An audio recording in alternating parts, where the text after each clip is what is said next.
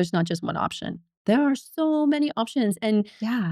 technology, science is improving all the Yes. time. There's a spotlight on this There really is. reproductive health. It was it was wild when like, long ago, right? So my child is 11 now, but when we were planning for our family, and then they said, "Have you thought about embryo adoption?" I was like, "What?" And so Mm. we started talking about that, and at the same time as they had an embryo for us, we got the call that we were matched with a child. Welcome back to the Anchored Minds podcast, the space where we explore the intersections of mental health, neuroscience, and the human experience. I'm your host, Lana, and today we're exploring a topic that touches many lives, but is often left unspoken: infertility and the emotional landscape of reproductive challenges. My guest today is Darcy Thachuk, a registered social worker and reproductive counselor who brings both compassion and clinical insight to her work. Darcy specializes in reproductive mental health in Windsor, Ontario. She has extensive experience in adoption and fertility counseling. Whether you're on a fertility journey yourself, supporting someone who is, or simply curious about this evolving space, this conversation is filled with insight, empathy, and guidance. Let's get anchored. Hi, Darcy. Welcome. Welcome to the studio. So Hello. happy to have you here. Oh, it's so great to see you Yeah. and be You here. look And great. You're glowing. well, Yeah. thank you. So are you? Yeah. So it's nice No. to have summer here. Yeah, summer's great, Hmm. new chapter, new season, new insight, Yeah. new lens, Right? right? Right? It's great. And so just to be here to talk about something I'm so passionate about, Yeah. it's No, I love it. I'm so grateful to have you here. So, I'm going to start off with the first question for you. So, how would you define infertility today? And has that definition changed in the recent years? yeah, it's a big question, right? Fertility, infertility, the definition, well, it's when, there's a certain amount of time when you're trying to have a baby and it just doesn't happen. And so you have to go Mhm. to your doctor to say, I need some support. And that's a really brave conversation to Right. have. First of all, have a conversation with your partner.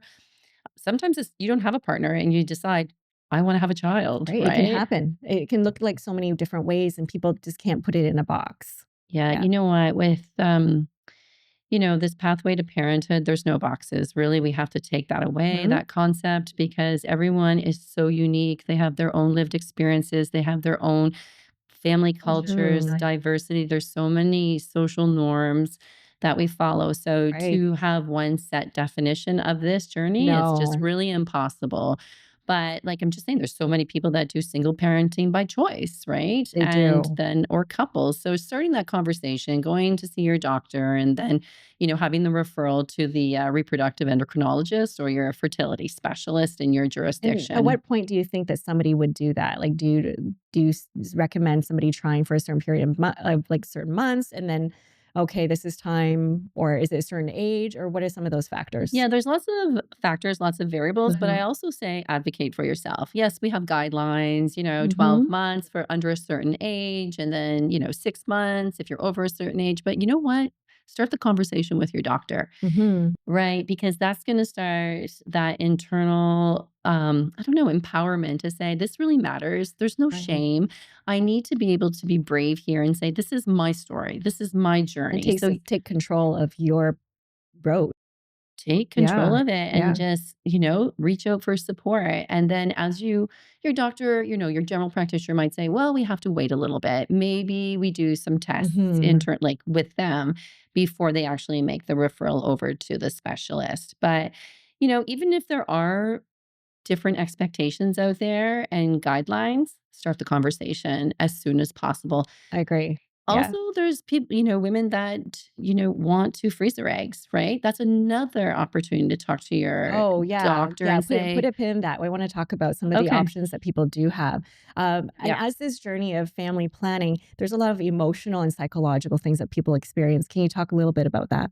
well, it's extensive, right? I Mhm, mean, infertility touches on your body, your heart center, your brain, your mhm. emotions. It's all parts of you that get impacted. And so the emotions that you experience are extensive. And so that's why it's so important to have this conversation. And I thank you so much for raising the awareness around this because there's no taboo here, where there's I no love it. shame. So good, and I feel like there has been some shame and some taboo and some privacy around that. And so then people don't talk about it and how common it actually has grown to be. Mhm. And we have friends who are young friends in their 30s and they're experiencing infertility. And is it just because of these people that I know, or are you seeing that across the board with a lot of people in their 30s? Who are the people that are coming to see you? I think they're everybody. Honestly, I Okay. can't really define who they are. I think we are seeing younger people all the time because, Hmm. first of all, I see younger individuals because they're saying, yes, I can do single parenting by choice. I Yes. see couples younger because they're like, no, I need to take control. I have agency over my health, first of all, and I'm going to raise my voice so that I can do something about it sooner. So I think we are, in our society, there's a change, there's a transition. Hmm. We're here today to raise the awareness. We're seeing this across the world right now. We're using donor conception more than ever, right? There's Yes. embryo donation, different pathways to parenthood, and we're talking about it. We have donor conceived children, youth, adults raising their voices. So there's so many Let's people talk in the about some of those paths constellations. that you're talking about. So donor, embryo. What are some of the ways that people can create families? Yeah. So, first of all, they can create on their own, Hmm. right? With maybe a little bit of support, Hmm. medical support, sometimes psychological support, because Hmm. we know the biopsychosocial models, which is the modality I Hmm. use. Like we're all connected. Right, We get right. flood Mind, of, body, yeah, absolutely. body, brain, Hmm. and then society flooding all together. So, we Yes. have to kind of look through that lens.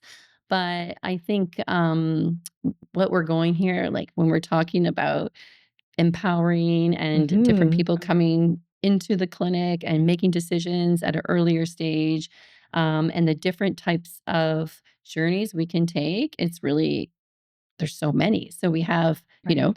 moving forward with a little bit of support.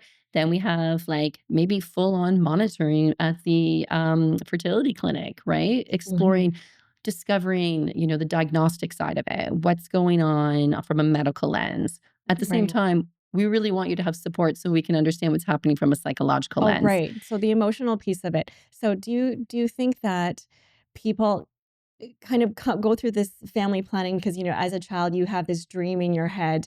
I want my family to look like this, at the age of 26 I'm going to do this. And so when it doesn't fall into that timeline, at what point do you think individuals accept, okay, it's not going to follow my timeline, I'm going to be okay with this? Or do they you think that they need a bit more guidance around that, that next big step?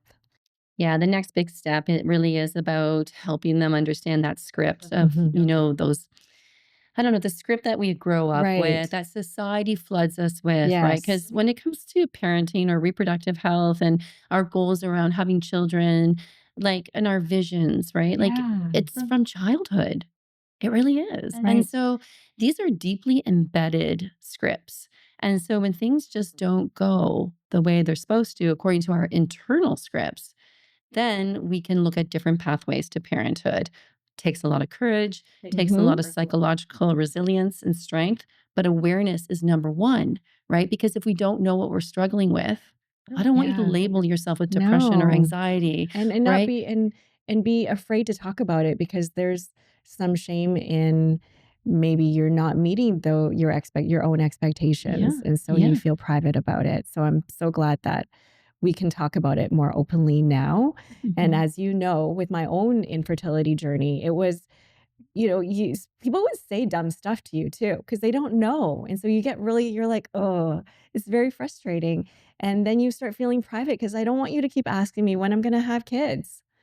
Like, do you think that that's been, um, perhaps we can revisit that too, just some of the things that you maybe don't say to somebody who's having who's trying, right? Well, there's a So long you're list, right, right? yeah, that's a whole But episode in itself. it is a whole Yeah. episode on itself, but I wanna say thank you for sharing, right? Because that's really courageous to be able to share our own lived experiences. But it's only through sharing our stories that we can empower others, right? We need to. Absolutely. There is no shame in this. It's Mhm. just that society has raised us to retreat and isolate when we're Yes. experiencing distress, emotional distress, or when things are not going the way they should. That's okay. That's the time when we say, I need help. I need to Mhm. lean on others. And there's no shame in reaching out for support. Right. And we're still moving towards that, Yeah. goal. And that's why at my clinic that I work at, we have a holistic set of professionals to support our individuals and couples that are moving through their fertility journey so that they're never alone. That's our Yeah. guiding principle. You are never alone Yeah. because it feels like you are. And it's like you're the And only so one. Darcy mentioned her clinic. So what I'll do is I'll put in the notes where you can find some help in your community or in this area as well. So Mhm. that'll be good. Yeah. So Darcy, my next question for you is how do you help clients navigate the grief of failed fertility treatments, miscarriage, or pregnancy loss? Yeah. So grief is a really big word Hmm. in this journey, and it's a really scary thought. But I think it's about bringing back our humanness, right? Throughout our life, as we go through our challenges, we have to move through a grief process, and it looks different for everybody because we all have different lived experiences. Sometimes when I'm working with people, they have never experienced a trauma, and Hmm. infertility is a trauma. It is a very difficult journey, and I don't want to minimize that because it does impact all parts of your life, your relationships, how you move through your work, right? Hmm. How you eat, how you relate to Yes. others, right? How you see yourself. So there's Yeah. so many, I guess, ripple effects from this journey, right?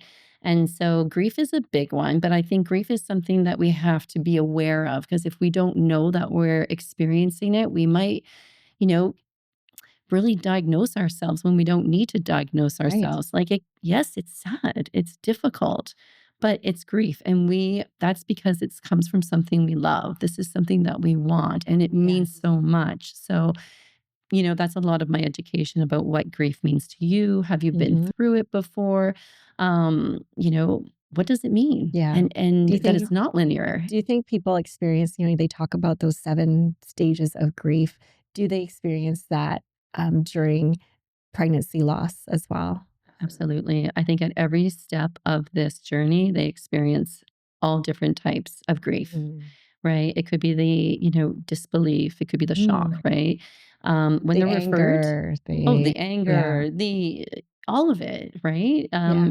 It's all there and it comes out even the same day, just Mhm. at different times of the day. Yeah. And I think it's also when it comes to the different stages of the fertility journey, like when you're referred, or just when you talk to your GP about the fact that it's not happening, like that's there's a grief there, Yes. right? There's a sadness It's there. it's There could be it's an it's anger it's a there. even if it's a loss of a dream or of a loss of your plan, and it's not Mhm. even necessarily even a physical loss quite yet, right? No, that's So why it's all along the journey. And mhm. then when you come to the clinic doors, right, you're doing your intake and you're having the monitoring appointments, and there's a whole other loss of grief that you're seeing another specialist, right? And that's something Yeah. you'd never anticipated happening. And it's just hard. So grief, I welcome grief. What does it mean for Yes. me? Right. But you Yeah. have to be aware of it. You have to be Yeah. aware of it because it's a human experience. And yes, when you go through the journey, you could start off in medication, light medication, Mhm. right? That could be the protocol. It might mean that you might need a lot of intervention, IUI, you know, therapeutic donor insemination. You might, with, some of our Mhm. same sex couples, you might need IVF, right? And if you're, So sorry. I'm gonna stop you because you're using some, the IUI, Oh, IVF, yeah. some of those things, so I'm wondering if you could just say what those are. Yeah. So typically we start off with IUI if that's like an Mhm, intervention, intrauterine insemination. mhm, So that's done at the clinic. And then and which is, if we do donor mhm, insemination, a lot of our same sex women will use the donor insemination. And then we have IVF, in vitro fertilization. And then, which we have our whole embryology team that is there to support that whole process. They're amazing. And then you have mhm, donor conception. Donor conception is when, if you have male factor or female factor, you have to use a sperm donor or an ova donor or egg donor, right? Gamete donors. And so there's wonderful people out there that will donate their their sperm eggs or their or their egg? sperm, and it's all controlled, it's all safe, it's all medically approved and psychologically approved. And so That's how you create the embryos, is through a donor. So it's donor conception. And then we have embryo donation. So people that have moved through Yes. IVF, in vitro fertilization, the embryos that they do not use anymore because they've completed their Mm, family, yeah. you can donate those embryos and have a relationship with the family that you donate to. Right, because really it's your genetics. So Full siblings to your siblings to your children. children, that's just wild to me. It's It's and really so magical it though, right? is. Like to I don't know, it's the way that things have evolved. So what you're telling me is that how you choose is almost on a spectrum or a continuum, Yeah. and so you kind of start here, and then you get would one be more intrusive than the other? Gets more intrusive, would that be fair to say? Yeah, I think it gets become the treatment becomes more robust, and I think psychologically, there's a lot more we have to move through as well, to move to that next level of understanding and parenting. Thank you so much for that. It kind of helps people understand a little bit that who haven't even started their journey on building families that what they're going to expect when they walk into a doctor's office. Yeah, and I think it's really important for people to know that there's not just one option. There are Yes. so many options, and Yeah. technology, science is improving all the Yes. time. There's a spotlight on this There really is. reproductive health. It was it was wild when like, long ago, right? So my child is 11 now, but when we were planning for our family, and then they said, "Have you thought about embryo adoption?" I was like, "What?" And so we started talking about that, and at the same time as they had an embryo for us, we got the call that we were matched with a child. Mm. So we went the adoption route. However, that in itself was a decision, was Mhm. like, what when do we let go of the previous plan and then accept this new plan? You don't even do that overnight. You're still like thinking that and overthinking that. And, we had our home study done and then we put a pause on that. And then, oh, wait, nope, this is really what we want. So, I no, looking know. back now, we have like, this beautiful human that is our daughter. So, So beautiful, but that is exactly it. It's such a roller coaster of hmm, emotions and decision making, and because there's different options, yes, and so also as an adoption worker, so it covers the whole yes, spectrum. So I can see from my clients that there's so many options, but psychologically, you can't jump to the like to no, certain decisions. It has to be an unfolding. It has to yes, be an awareness and empowering. And also, like you mentioned at the beginning about teaching and educating our family and friends, right? I yeah, mean, society still has a ways to go. And we have to think about different cultures and different diversities and different family compositions, right? There's so much more we can do, but we're talking yes, about it. And we're like, yeah, there's so much out there, but the psychological journey is different because it is anchored in grief, yes, and it's just like adoption. When we talk about adoption, we have to talk about your loss history hmm, because when you start parenting, that doesn't go away. When you're matched with a child or, you're pregnant and, you give birth and you're parenting, that loss is still in your hmm, heart.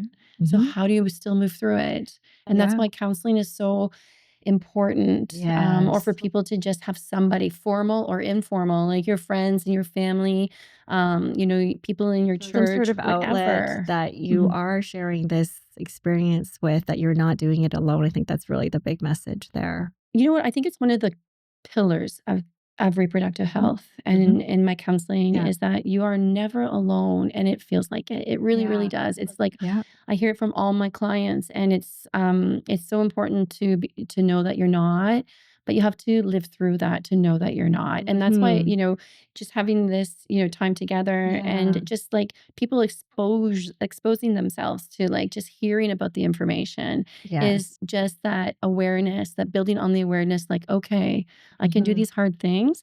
Um, Other people are doing lots of hard things too, but this one's a really difficult one because it's something, it's yes, that internal script that we've grown up with and right, it's everywhere. there's children and families everywhere, right? And we're Mhm. flooded. And with Yeah. social media Do now, you think that there's some sort of pressures from that too, like pressures from the family? Like I was saying, how newlyweds get pressures. So when are the kids coming? Or like other societal pressures? Or is it from pressures from your friends because they're at that stage of their life where they're having families and then you're not?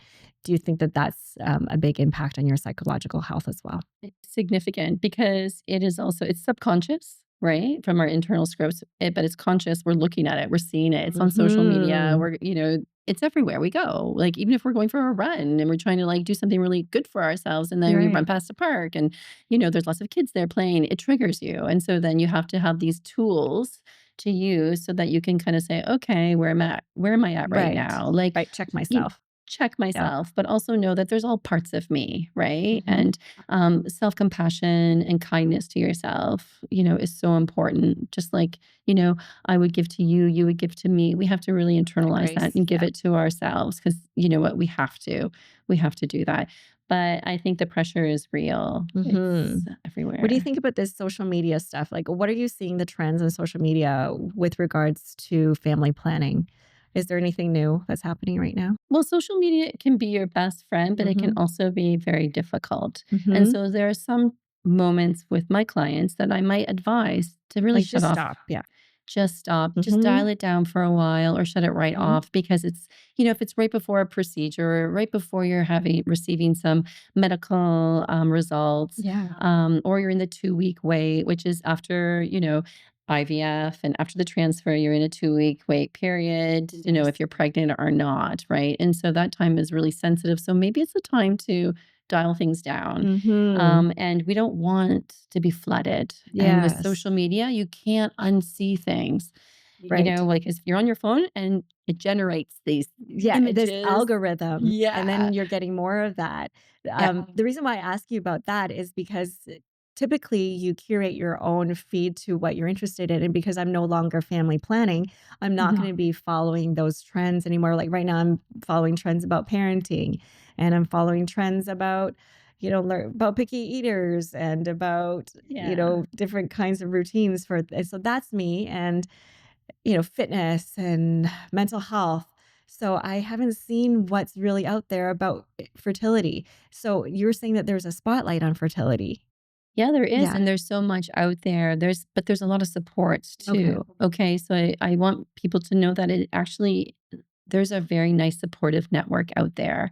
There's some great courses, and more people are talking about it. Hmm. Like even donor conception, embryo donation. You might not have heard that 5 years ago, but you're hearing No. about it now. Yeah. Also, social media, donor conceived youth or adults, they have a platform. They know they're using their voices on social Really? media to say like, Yes. having anonymous donors, that has a lot of implications, It right? does. Well, what are some of those implications that you would see? So, if you move forward with donor conception and there's an anonymous donor, that means Hmm. that part of that genetic information is not there. It's just like Yeah. having an History, adoption no where it's history. closed. We don't do that anymore. We have Hmm. openness in adoption. What does openness mean? Openness in adoption is when there's a connection to the first family or connection to relatives, foster parents, somebody in the child's constellation prior to the adoption taking place. Okay.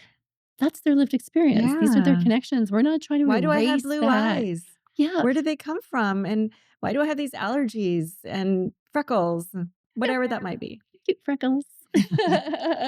Yeah, but we really want to honor those lived experiences and that Mhm. generational history. So, we want to make sure that if intended parents, right, moving through this journey, use the support of amazing donors and this beautiful way of, moving forward with parenthood, that they recognize that there is a history there. There's generational information, and that matters to children and youth.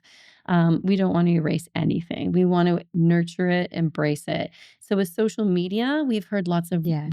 like voices being raised, and that's their platform, and that's great. But at the same time, I just want to caution people, like at different stages of their journey, they might just want to dial that down. Yeah, absolutely. Yeah, Yeah. I agree. All right. So, uh, people that are starting their family building, are thinking, how much is this going to cost me? Is there Mhm. some financial stressors? What's the equity around that? Do you feel like there is equity? What's our government doing? Yeah. So, well, federally, it's different. Like it's Mhm. provincial in Mhm. Canada. So, Okay. in other countries, it's different, right? The funding formula around moving forward with support.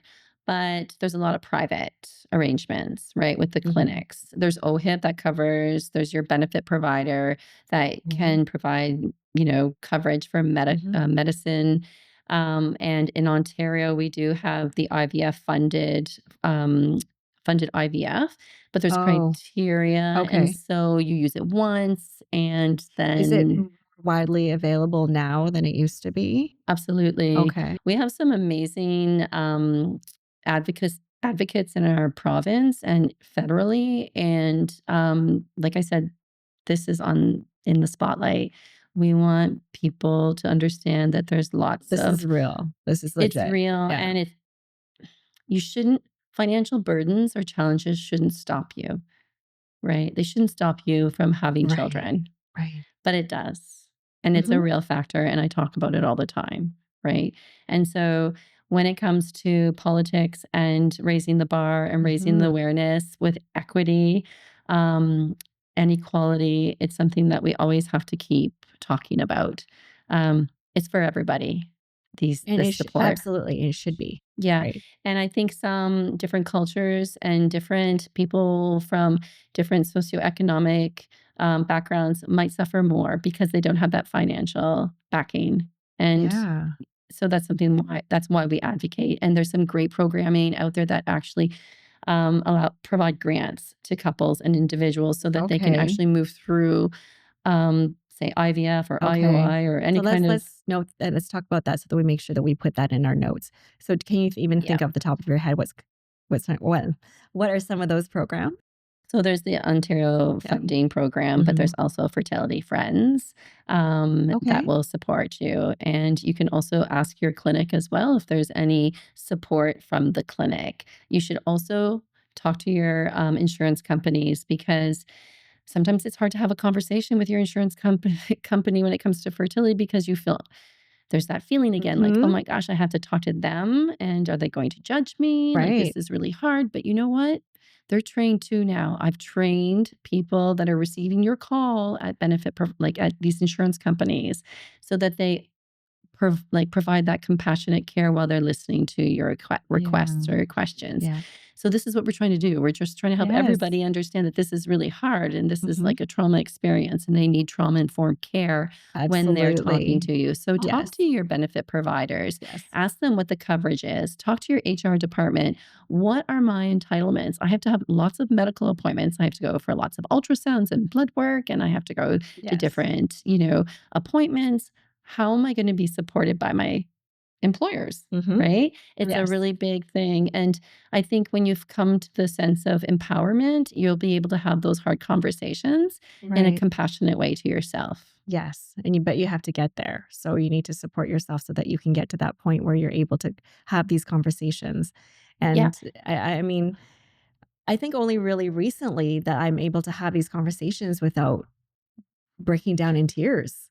And Mhm. so I think that, this is really timely. And the fact that, I can finally talk about this without crying is, Mhm. that's a big thing. So, it takes a long time. So give yourself grace. Like, I mean, my gosh, my kid's 11 and only now can I have a conversation about my journey without being really emotional about it.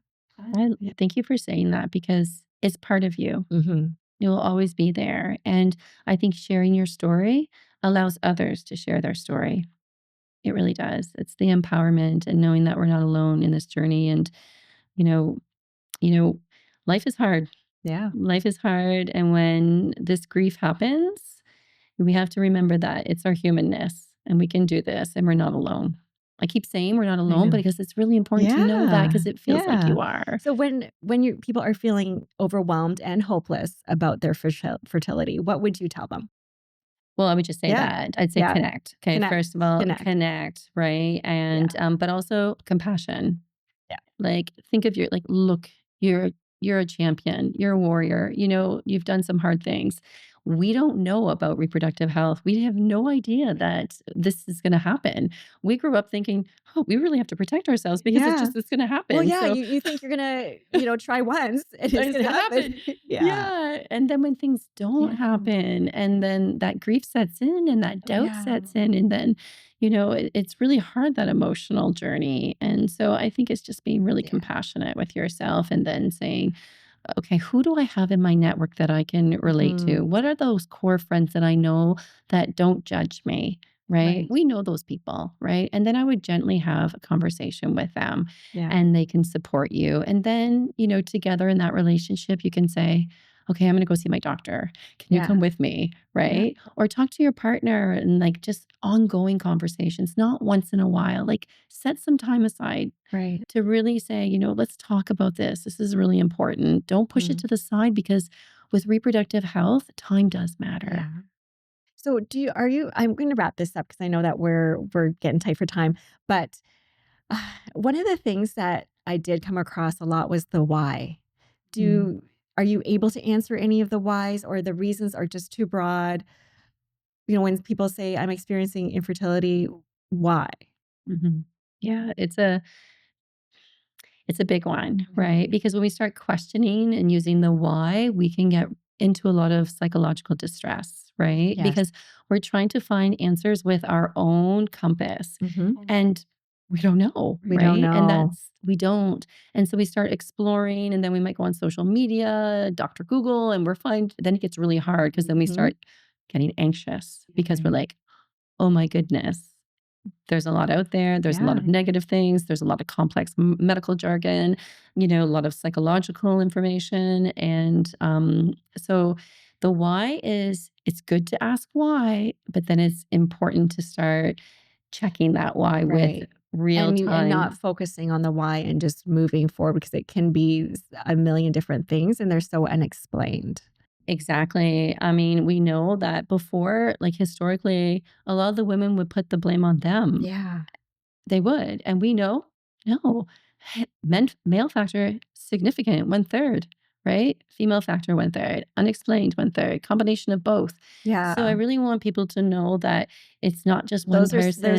are solid stats. Yeah, yeah, and I think it's really important to know that there's lots of different variables, and it could just be a very simple solution, right? Mhm. It could be a simple solution, but if we move into a place where it's why, and then it becomes amplified in our mind, Yes. and it's not as intense, and so then we create a lot of emotional distress, which then mind body, Mhm.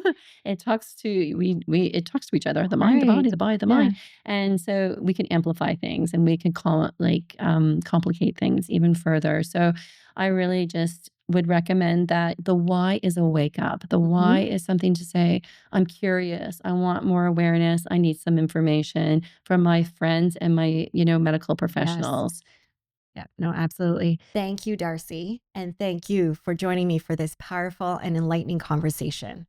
We covered a lot today, from the emotional weight of fertility struggles to the questions surrounding donor conception and embryo donation. Darcy's work reminds us that family building is not one size fits all, and that compassionate, informed support can make all the difference in navigating these deeply personal journeys. So, I'm going to try and give you 3 takeaways to summarize our talk today. So, the first one is that infertility is a deeply emotional journey, not just a medical one. Many individuals face grief, shame, and identity struggles, and these emotional challenges deserve as much attention as the physical one. So, for our second point today, family building today looks different than it used to. So, with assisted reproduction, donor conception, and embryo donation offering so many possibilities, but also raising some complex and relational questions, you have to just give yourself some grace and understand that it is a complex journey. And then the last point would be support and understanding can be transformative. So, whether it's through counseling, community, or simply having honest conversations, no one should ever feel alone navigating fertility challenges. If this episode resonated with you, please share it with somebody who might benefit. And don't forget to subscribe and comment with your questions as well. because I will cover your questions in the follow-up Unpack This post. You can learn more about Darcy's work and find helpful resources in the show notes below. Until next time, stay grounded, stay open, and stay anchored. Thank you.